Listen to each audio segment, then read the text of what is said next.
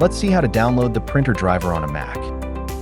You can get the driver download link directly by scanning the QR code on the back of the printer. Simply scan the QR code and follow the link to access everything you need on a single web page. Alternatively, you can visit printernoble.com, enter the website, then go to the Apps and Help section. Scroll down to the bottom of the page, select your printer series name, and you'll find everything you need, including the Mac driver, Windows driver, mobile app, and user manual. Now, let's download the Mac driver. Locate the downloaded file in your Downloads folder and double-click it to begin the installation process. Follow the on-screen prompts.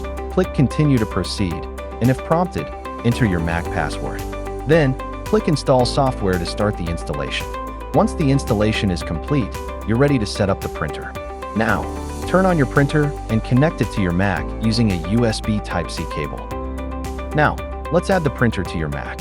Open System Preferences, navigate to Printers and Scanners, and you'll see the printer name already found there. Your printer setup is now complete. You can now print anything directly from your Mac.